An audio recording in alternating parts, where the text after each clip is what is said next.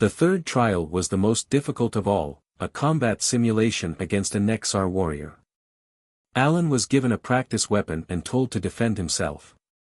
His opponent was a hulking brute with muscles the size of boulders. The fight was short and brutal.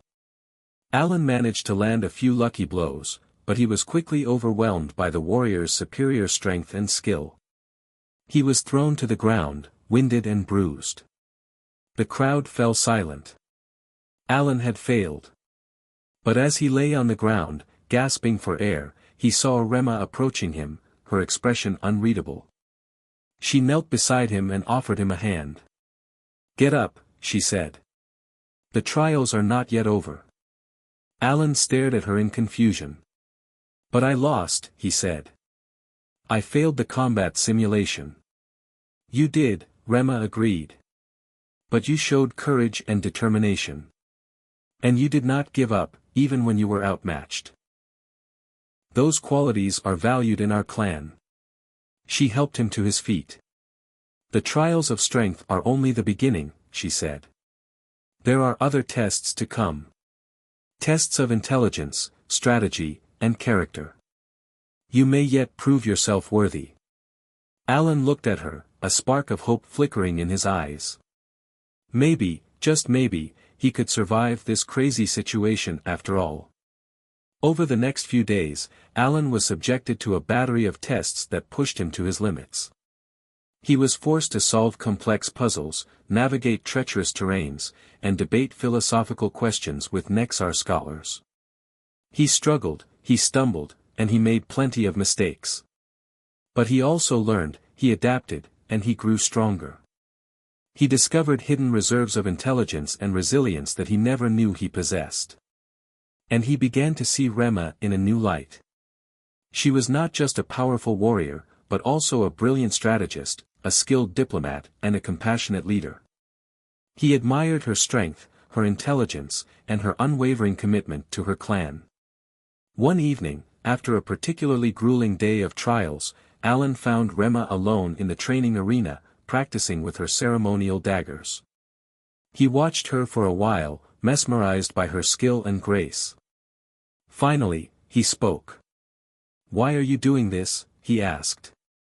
"Why are you putting me through all these trials?" Rema stopped her practice and turned to face him. "I told you," she said. "It's about duty, honor, and tradition." "But it's more than that, isn't it?" Alan persisted. "You're testing me for a reason. You're trying to see if I'm worthy of something more than just being your consort." Rema hesitated, her silver eyes betraying a flicker of emotion. "Perhaps," she said softly. "Perhaps I am." She stepped closer to him, her voice barely a whisper. "The Nexar clan is facing a difficult time," she said. "Our trade routes are being threatened, our alliances are weakening, and our enemies are growing stronger. We need a strong leader, someone who can unite us and guide us through the coming storm. And you think I can be that leader?" Alan asked, incredulous. "I don't know," Rema said. "But I see something in you, Alan. Something that goes beyond your strength, your intelligence, or your skill. I see courage, compassion, and a willingness to fight for what you believe in." She reached out and took his hand, her touch sending a jolt of electricity through his body. "The Nexar clan needs more than just a warrior," she said. "We need a bridge between worlds. Someone who can help us understand the outside universe and someone who can protect us from the darkness. Do you think I can be that someone?" Alan asked, his voice barely a whisper. Rema looked at him, her silver eyes shining with hope. "I don't know," she said again. "But I'm willing to find out."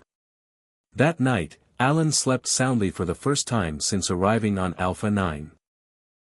He knew that the trials were far from over, and that the challenges ahead would be even greater than anything he had faced so far. But he also knew that he was not alone. He had Rema by his side, and together, they would face whatever the future held.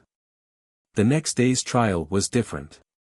Instead of physical tests, Alan was brought before the Nexar Council, a group of elders who governed the clan.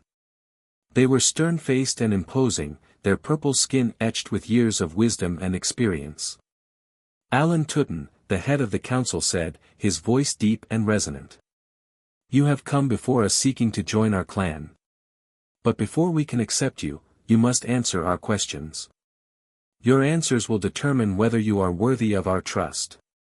The council proceeded to grill Alan on a wide range of topics, from Nexar history and culture to galactic politics and economics. They challenged his beliefs, questioned his motives, and probed his deepest secrets. Alan answered as honestly as he could, trying to be respectful of their traditions while also staying true to himself. He defended his values, explained his views, and admitted his mistakes. The council listened intently, their faces giving nothing away. Finally, after hours of questioning, the head of the council spoke again. Alan Tutten, he said. We have heard your answers, and we have considered your words. We find that you are acceptable. A murmur of approval rippled through the council. Alan breathed a sigh of relief. He had passed the test. However, the head of the council continued, acceptance into our clan is not enough. You must also prove yourself to our people. You must show them that you are worthy of their respect and loyalty. He gestured to a large screen that had been set up in the council chamber. We have received reports of unrest in one of our mining colonies, he said. A group of rebels has seized control of the mines and is threatening to disrupt our supply lines. You will go to this colony and restore order. If you succeed, you will have earned the respect of our people. If you fail, well, let's just say that the Nexar clan does not take kindly to failure. Alan nodded grimly. He knew that this was his final test. His last chance to prove himself. I accept, he said. I will go to the mining colony and restore order. The head of the council nodded in approval. Very well, he said. Prepare yourself, Alan Tutten. Your journey begins now. Early the next morning, Alan found himself aboard a sleek Nexar transport, hurtling towards the troubled mining colony. Rema was by his side, her presence a source of both comfort and intimidation. Tell me about this colony, Alan said, breaking the silence. What kind of trouble are we expecting? Rema accessed a holographic display, projecting a map of the mining complex. The colony is located on a remote asteroid, rich in a rare mineral essential for hyperdrive construction, she explained. It's a vital resource for the Nexar clan. The rebels are led by a disgruntled former foreman named Jarek. He claims the Nexar are exploiting the miners and hoarding the profits. Is he right? Alan asked. Rema hesitated. There have been concerns about working conditions, she admitted. But Jarek is exaggerating. The Nexar provides fair compensation and benefits. Fair by whose standards? Alan countered. Rema shot him a sharp look. You question the integrity of my clan? I'm just asking questions, Alan said, holding his ground. If we're going to resolve this situation peacefully, we need to understand the miners' grievances. Rema sighed. You are more perceptive than I initially believed, she conceded. Very well. I will admit that there is room for improvement in our treatment of the miners. But Jarek's methods are unacceptable. He has resorted to violence and sabotage. Sabotage? Alan asked, his interest piqued. What kind of sabotage? He has damaged the mining equipment, disrupted the power supply, and even attacked Nexar security personnel, Rema said. We suspect he has outside help. Outside help? Alan repeated. Who would want to destabilize the Nexar mining operations? Rema's expression turned grim. There are many who envy our success, she said. The Glardian Syndicate, the KRYLL Confederacy, any one of them could be behind this. As they approached the mining colony, Alan could see signs of the unrest. Buildings were scarred by explosions, mining equipment lay in ruins, and armed rebels patrolled the perimeter. This doesn't look good, Alan said. We will proceed cautiously, Rema replied. I have a plan. Their transport landed in a secure docking bay, surrounded by Nexar security forces. Rema addressed the troops, her voice ringing with authority. We are here to restore order and ensure the safety of the miners, she said. But we will not resort to unnecessary violence. Our goal is to negotiate a peaceful resolution. Rema turned to Alan. You will accompany me to meet with Jarek, she said. Your presence may help to calm tensions. Alan nodded, though he felt like a lamb being led to the slaughter. He followed Rema out of the docking bay, into the heart of the rebel-controlled territory.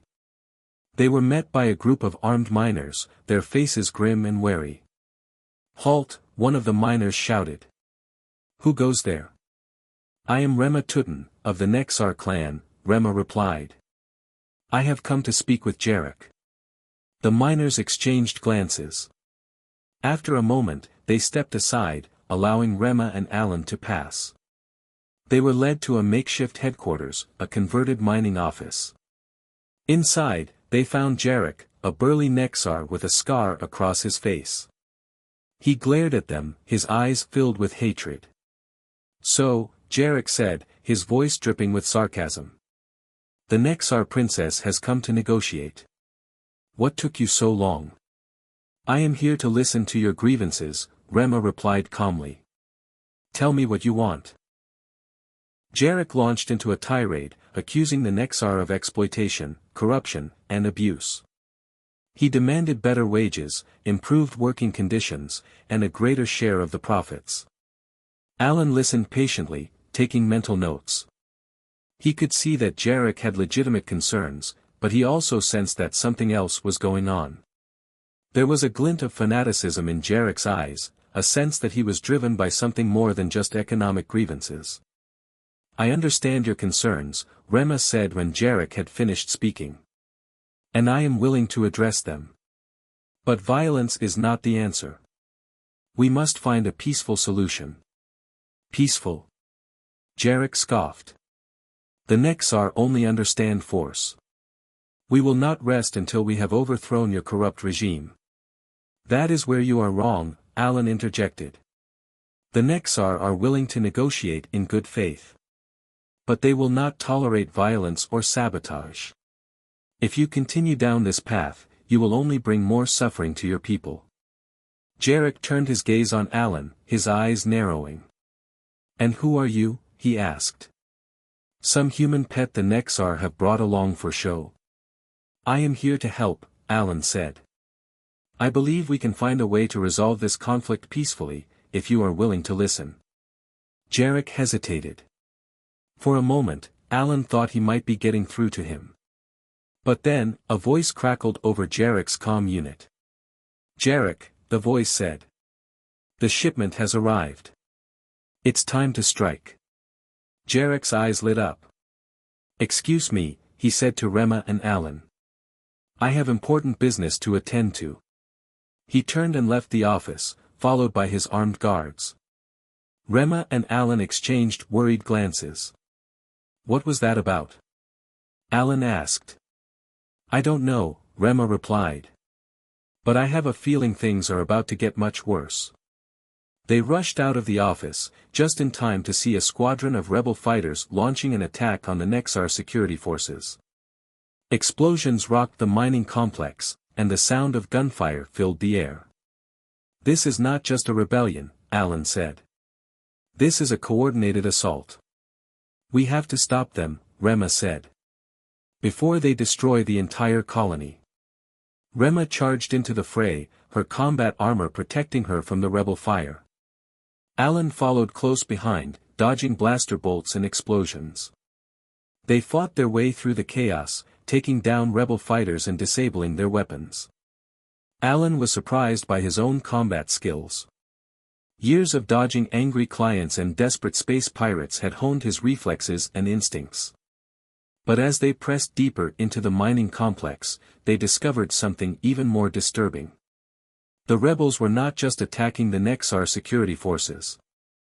They were also sabotaging the mining equipment, destroying the power generators, and setting fire to the living quarters. They're not just trying to overthrow the Nexar, Alan said.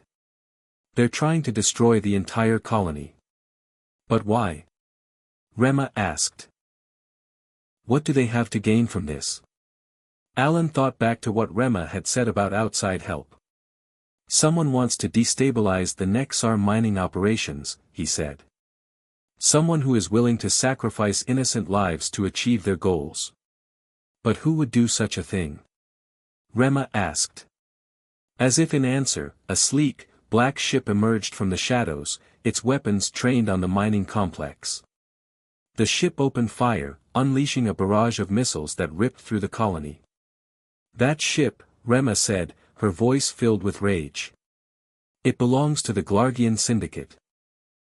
The sleek, black ship belonging to the Glargian Syndicate continued its assault on the mining complex, its missiles carving paths of destruction through the asteroid colony.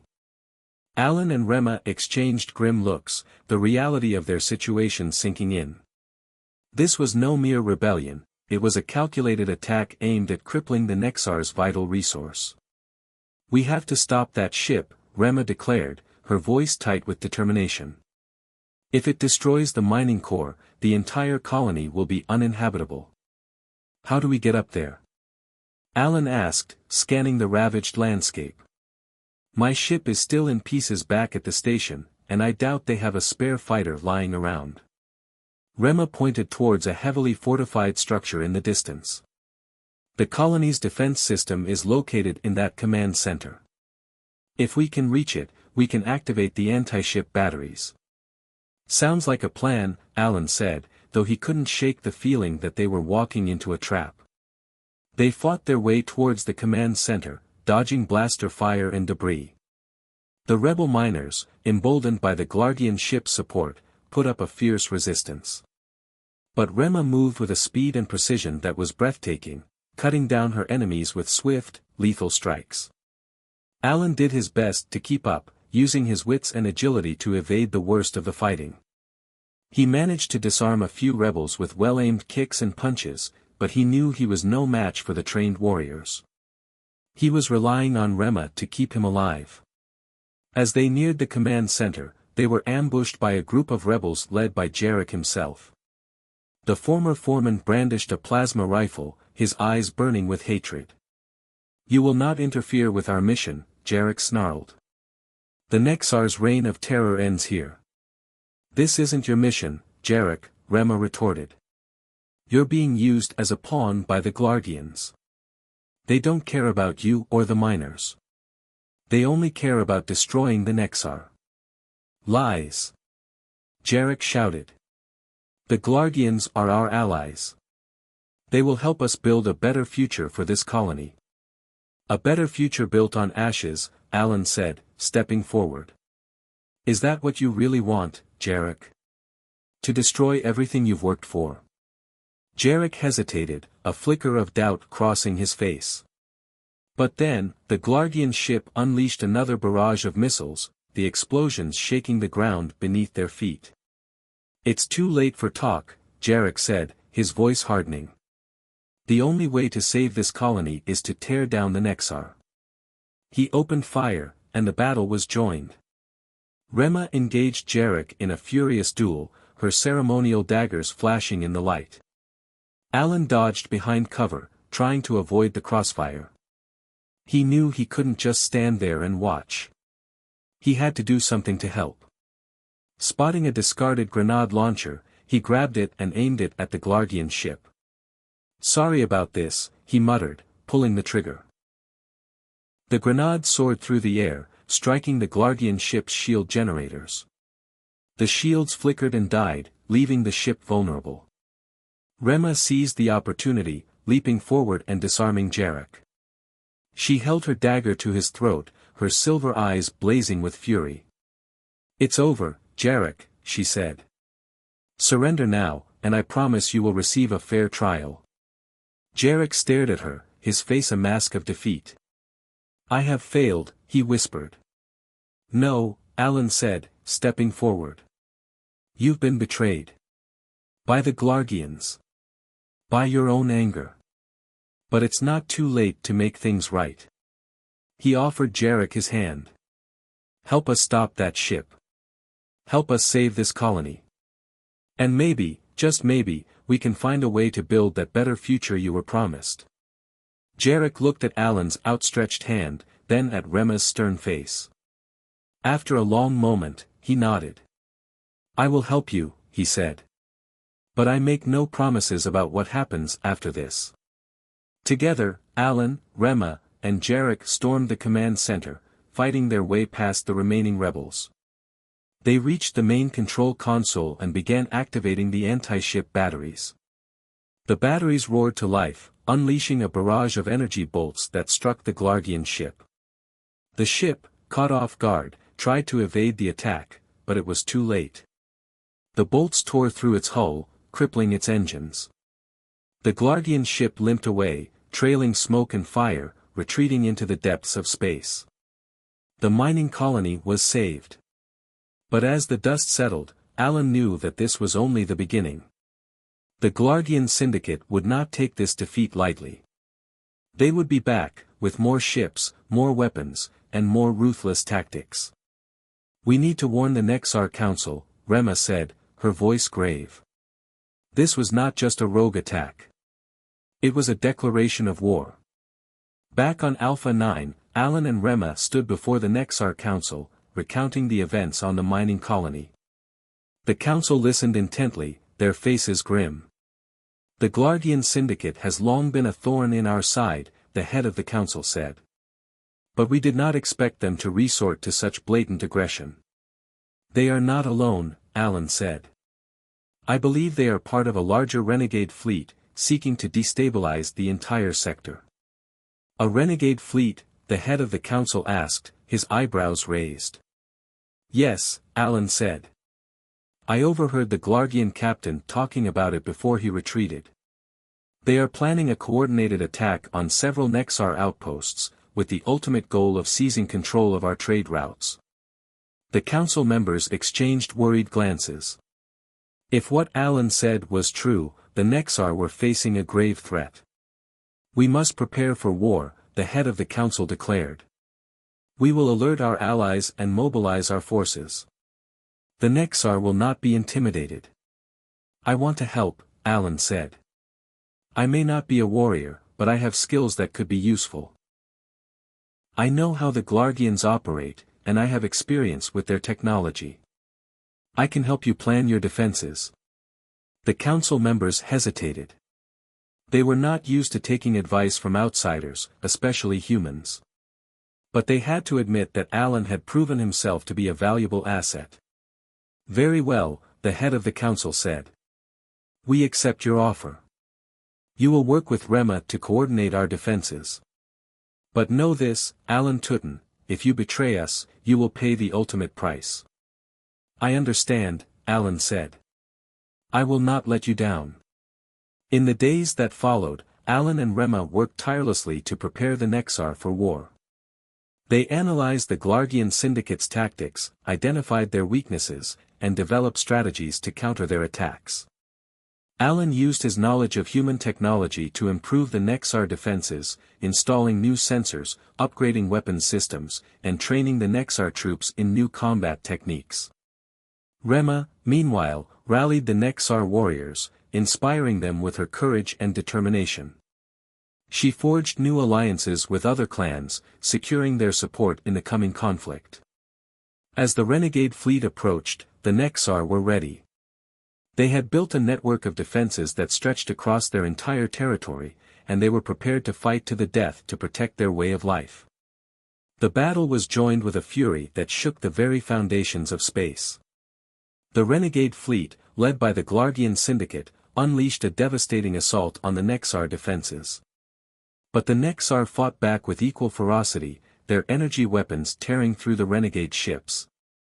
Alan and Rema led the defense from the front lines, coordinating the Nexar forces and directing their attacks.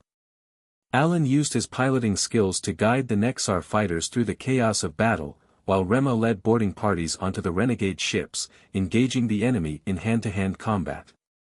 The battle raged for days, with neither side gaining a clear advantage. But as the fighting dragged on, the Nexar began to gain the upper hand. Their superior technology and unwavering determination gradually wore down the renegade fleet.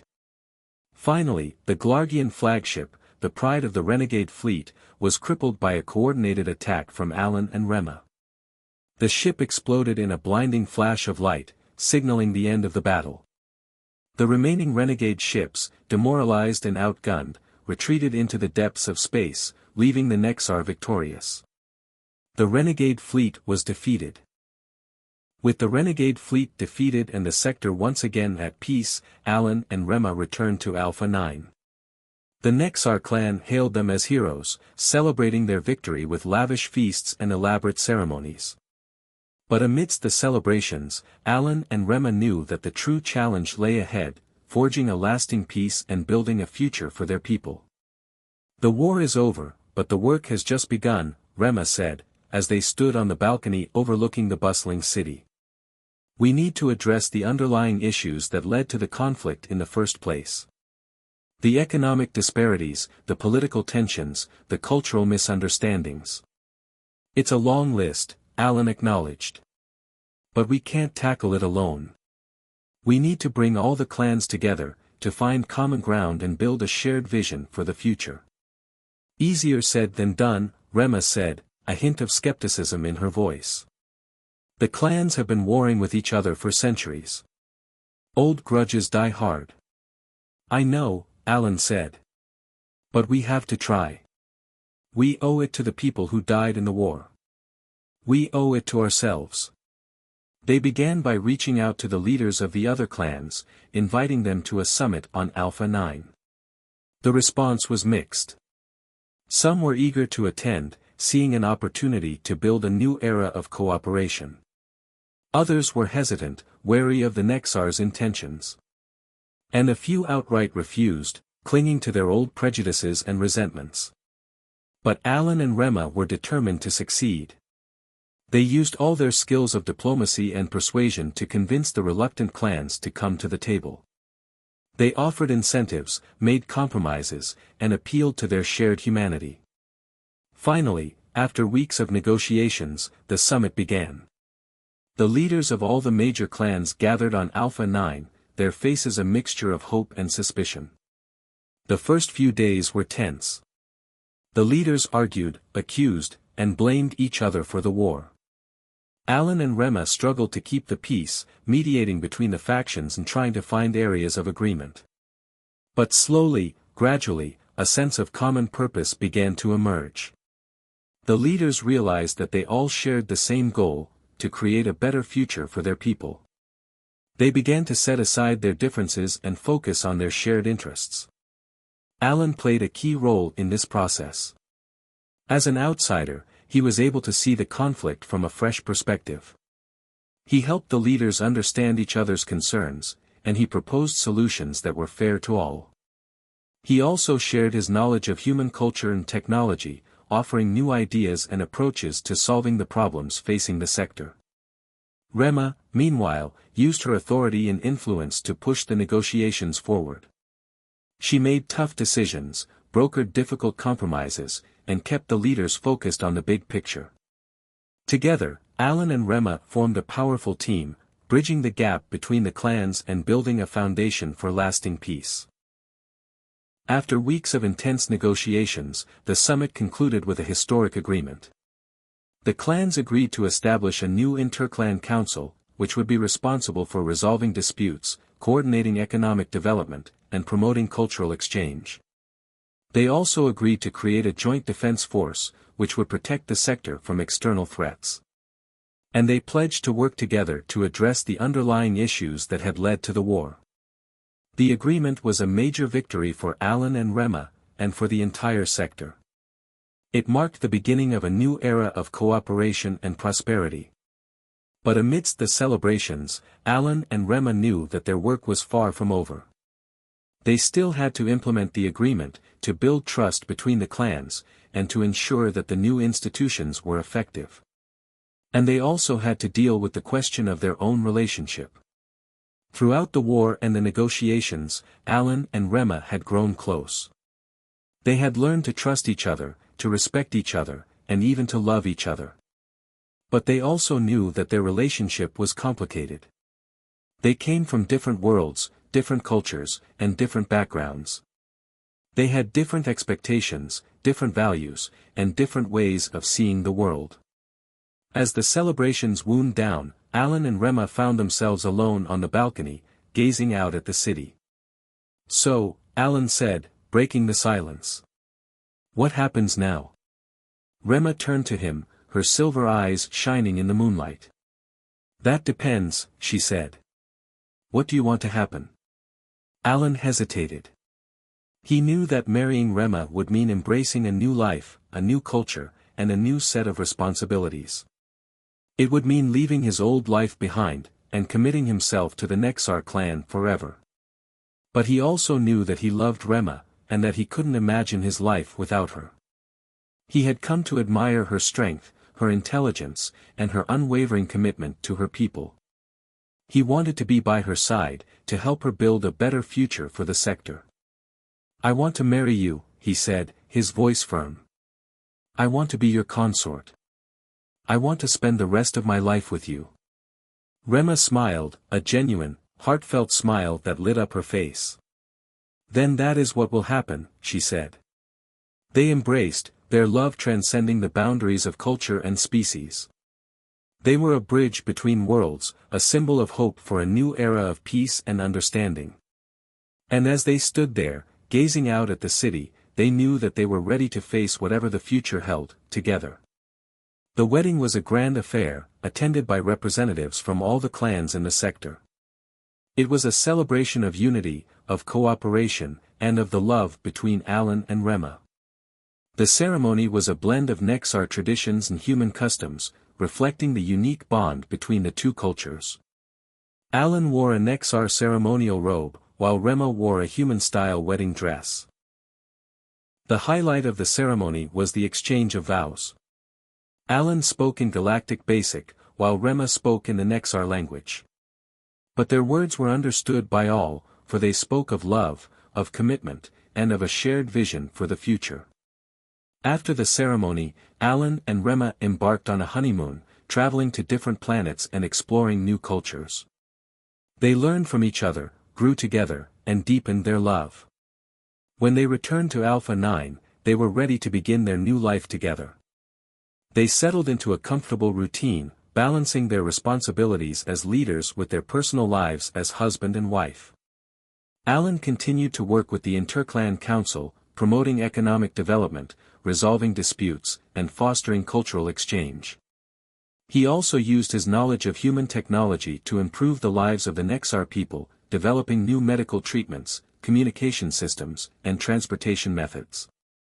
Rema continued to lead the Nexar clan, guiding them through the challenges of the new era. She also worked to strengthen the Joint Defense Force, ensuring that the sector remained safe and secure.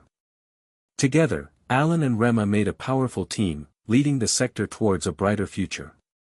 They proved that it was possible for different cultures to coexist peacefully, to learn from each other, and to build a better world together. And as they looked out at the city, they knew that they had succeeded in their mission. They had built a bridge between worlds, a lasting legacy of peace and understanding.